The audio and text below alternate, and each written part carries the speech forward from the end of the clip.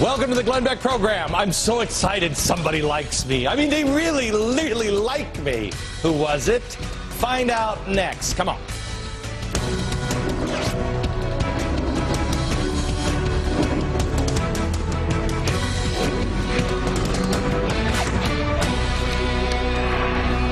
Our operator is still standing by. You know how much money we've spent on this operator and no phone call from the White House, but they still have the number, and if we get anything wrong, they can call us.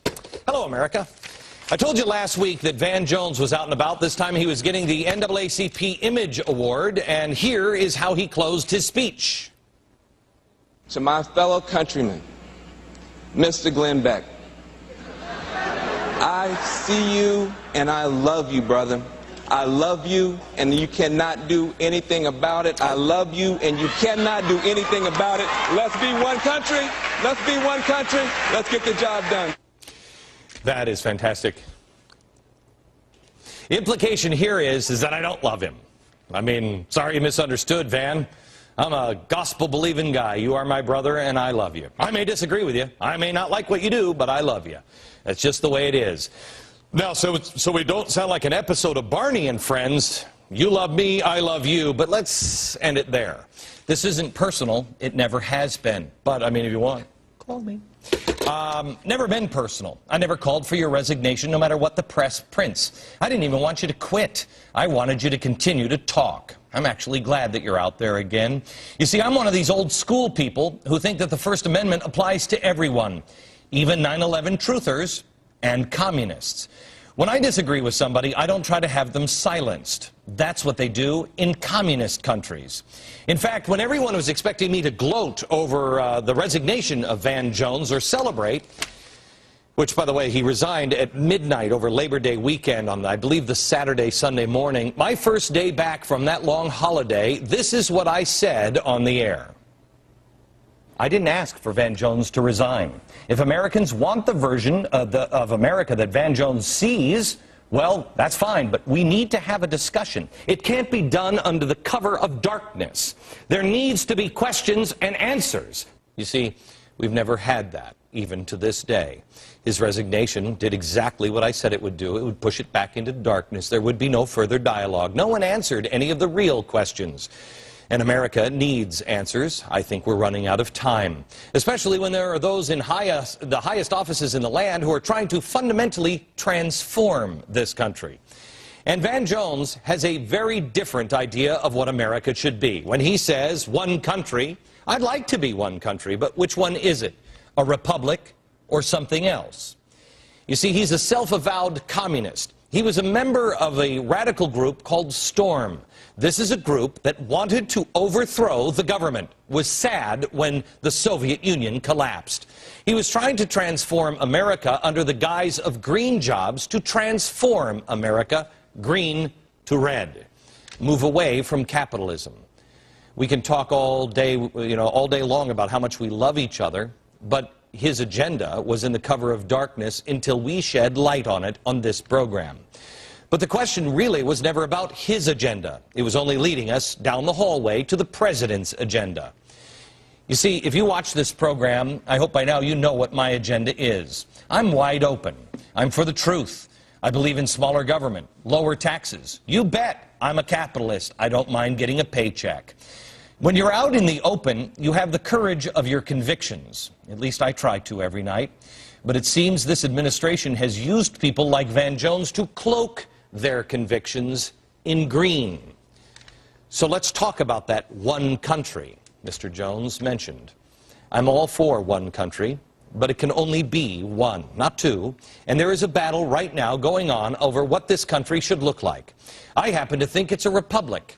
But progressives think it's something else. And unfortunately, they aren't presenting the true progressive agenda to the public because they know it's a losing battle. Here's what we know about Van Jones, because this is the one that's the most out there and in the open, and there's new news on this. First, he's a communist revolutionary. In 1994, Van Jones helped start a group called Storm, standing together to organize a revolutionary movement, Storm. The group held study groups on the theories of Marx and Lenin and had hopes of a socialist utopia. Remember that. Socialist utopia. He defended a cop killer, Mumia Abu-Jamal. Van Jones in 1999, then a San Francisco civil rights attorney, helped coordinate a protest march on behalf of death row inmate Mumia Abu-Jamal. He's been involved with that man, a man who shot Danny Faulkner in the head at point-blank range. Boom, a cop killer. He also believes that the free market is dead. He was a 9/11 truther. However, that's a little sketchy now. October 26, 2004, the 9/11 Truth Commission came out. Van Jones was listed as a signer of a petition that called for an inquiry into the evidence that government officials were involved in the 9/11 attacks. You want to ask questions? Ask questions. But it's my understanding also spoke at a rally for the 9/11 Truth movement. But this, quite honestly, was the least of the problems that I had with Van Jones. Because we had things like this. In January 2008, a long time ago, Van Jones said that white polluters were essentially steering poison into the people of color communities. Do you believe that? He wants a green economy to replace the system of oppression and exploitation. That's what he thinks America's system is, exploitation and oppression. One thing that's not up here is if I love him or he loves me. But even these things are really not about him. They never have been. What I want to know is, does the president believe any of these things? That's what I said at the time. How did this man get into the Oval Office? How did this man get into the White House? How is he around the President of the United States? Did the Secret Service know? Is he okay with these things? Well, that question has just been answered. I had my suspicions that the president did know when his best friend growing up, Valerie Jarrett, said this. Watch. Van Jones, we were so delighted to be able to recruit him into the White House. We've been watching him really he's not that old, but for as long as he's been active out in Oakland and all of the ways that he has, the creative ideas that he has. And so now we have captured that, and we have all of that energy and enthusiasm in the White House. You got that? That was my suspicion. She's been watching him for as long as he's been out being an active participant in Oakland. Storm was in Oakland. The cop killer support was when he was in Oakland. The free market system is dead. The poisoning, all of that stuff. Well, now, we go to the NAACP award. Afterwards, he's being interviewed on a network other than this one. Here's what Van Jones said while out on his rehab tour. During an interview, when asked, did the president or the White House know your past? Here's what he said to Suzanne Malveaux. I was fully candid, about my past, about the ideas that I have explored. I was a mid-level White House staffer. All right. So they knew exactly who he was. And I don't care if he was a mid-level staffer or not. If the vetting process turned up a candidate who thought a convicted cop killer was worthy of excusing and extolling and painting into a hero, I don't want that person taking out the garbage, let alone being mid-level at the White House. But now it's clear. Yes, the White House knew Jones was a communist. He said it was a rigorous process. He didn't leave anything out. He wasn't lying. So we don't need to know anything about Van Jones. Case closed. We know. We got it. He's a radical who latched himself onto the green movement, and the White House is using him.